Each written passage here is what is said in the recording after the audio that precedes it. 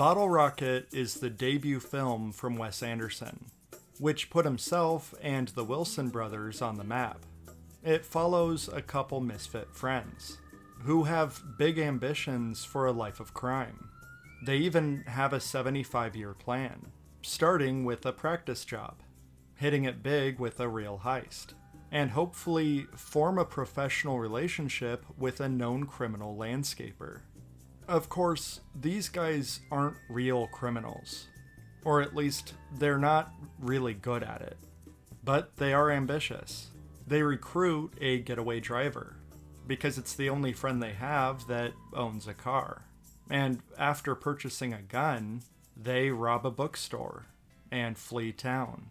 But when Anthony falls in love with Inez, a housemaid for the motel that they're laying low in, he realizes that maybe his heart isn't really in this whole life of crime thing.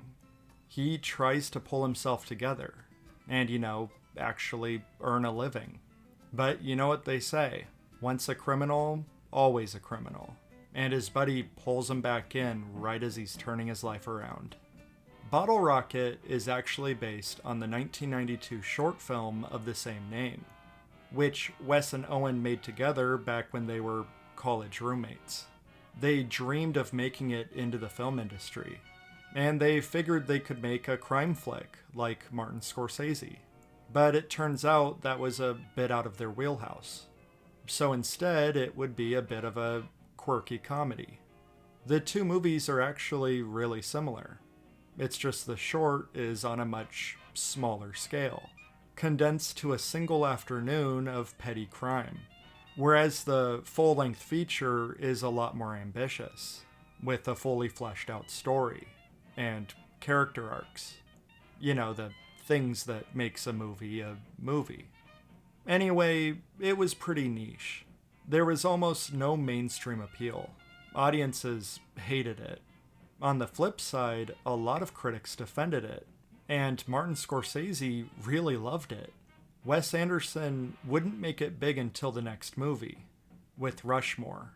But now, nearly 30 years later, Bottle Rocket is considered a cult classic. So, is Bottle Rocket worth visiting today? I wholeheartedly believe it is. I think the movie has a ton of charm. It's eccentric, it's witty, and it's endearing. The camera work doesn't have the calculated precision of his future projects, nor the bold color palette. This feels like an amateur film, although it does have those little flourishes from time to time, and it's very clear that he has an eye for framing. But just like with anything else he makes, this movie has a very distinct tone and style. And it's certainly quirky, it's just a bit understated. I don't think many Wes Anderson fans would put this in their top 5 from this director, but it in no way tarnishes his reputation or his filmography.